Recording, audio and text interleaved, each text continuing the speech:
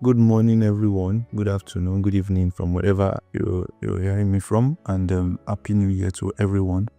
So I'm back again with yet another short, very short tutorial. So I was going through the comment section from my last post or my last video. So someone made a request of how the picture of the pastor was edited. So that's basically what we'll be doing today. So and what we'll be using is cameraraw filter. So we'll be using cameraraw filter. So the first thing I will do is just to drag in the pastor's picture. I'll drag in the pastor's picture from, so we have it here. So this is the pastor's picture. So and one of the major criteria is make sure Ctrl T to increase the size so that you can see what you are doing. So one of the major criteria is always make sure that you have a very clear studio picture. So this will help, and it will help you aid your work. So if the picture is not in smart objects, please always make sure you convert to smart objects before you scale, so that you maintain the quality of the picture. So that's what I do basically. So I make sure I increase I convert to smart objects so that at least the quality will be preserved. So here we have the picture. So as I said earlier, the first thing you should note is that it must always be what? It must be a very clean studio picture to achieve this effect. So the next thing you're going to do is just to go to your filters, then you see cameraraw filter, or you can just press Ctrl Shift A to get there. So it's, as I always say, it's always a try and error method.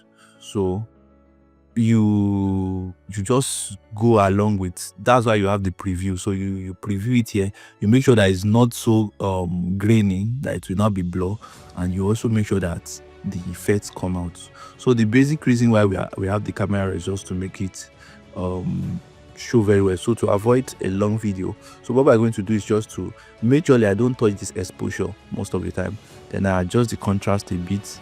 So the work of the contrast is just to distinguish the colors on the suit or on the face. So I don't know if you can see, you should be able to see clearly, so that the contrast, you see that if you increase it too much, it's too much, and it's too little. So just make sure that you find the balance. So I think this plus 19 is, or let's say, yeah. So and these settings it varies from one picture to another. So you can't use this setting for someone that is so light, and you can't use it for someone that is so dark. So always make sure that you take note of that also. So just try different settings and see the one which that works for you. So then my highlights, most times I just increase it a bit.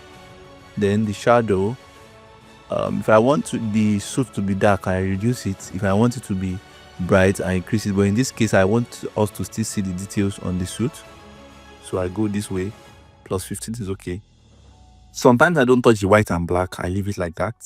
But sometimes I touch it. If you want to touch it, that's fine. If not, you can. So I can reduce the black a bit and just increase the white. So this is the before, this is the before, and this is the after. This is the before, this is the after. So it will show well on the face. So this is the before, this is the after. So we are already getting there little by little. So the next thing we are going to touch now is the color. Now most times I don't touch that, so I leave that there. Then the next thing is effects. And please take note, your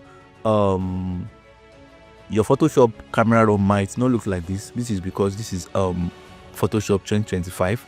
So maybe the settings is different from your own. Just make sure that you look around and you find this setting. So they are all in the same group. So you still be able to navigate through it. So then the major thing that works most is the texture. So you increase the texture.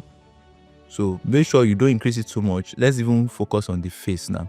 So make sure you don't increase the texture too much, that is with it too much. Just increase a bit, then the clarity also a bit, but don't let it be too much too. Just a bit.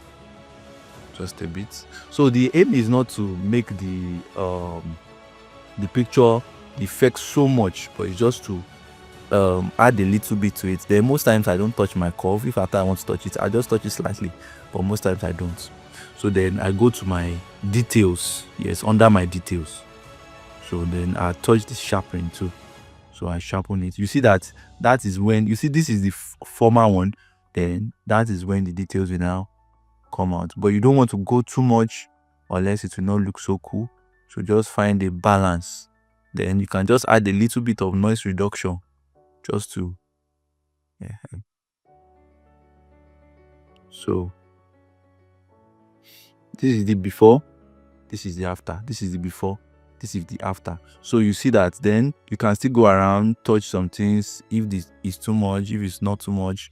So just make sure that you do it and don't overdo it, so that you will not have a very blurred picture or a very grainy picture. So there we have it. Then I press OK, and okay, let me just duplicate this, Ctrl J.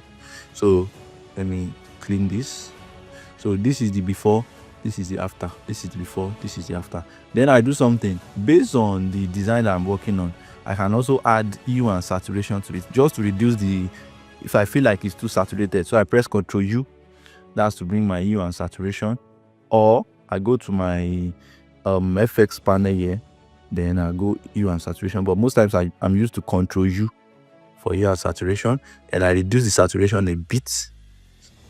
I reduce it a bit. Then we have this, we have this, we have this, we have this. So, and that is simply how to edit. Then you can save it as PNG and use it in your project. So you go to File, Export, quick export as PNG. Then you can save it, and no, let me just say picture camera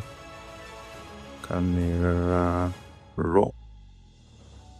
So there you have it. And yes, so basically you can then use it and import it into your project. And yes, so there you have it.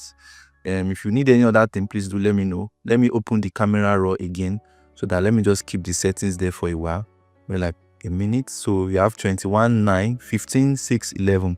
So in case you need it, then we have 6750 under effects, and we have 71. So just try and go around it. You can even add black and white. You can, the black and white also looks so cool.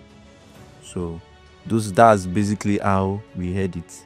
So then I can also still go further with this. I also add my curve adjustments. Ctrl M for your curve adjustments. So Ctrl M. I don't know why it's not working though, but it's supposed to be Ctrl M anyways. So you just go to your curve, then you have it here. I'll just increase it a bit here, just like a graph, then bring it down a bit. So that way it still gives me a very nice feel. So that's how you add different depths to your image. So you can go deeper. So depending on, you see that these are the various ways we can go through with this. You see that it pops more now. So basically, so that's just how you navigate around it. You can add different things here, but this is my go-to settings when I want to edit this picture. So number one, make sure it's a clear studio picture, and then you'll move around it with that. So thank you so much for having me, and till next time we see again, peace and God bless you. Don't stop creating. Bye bye.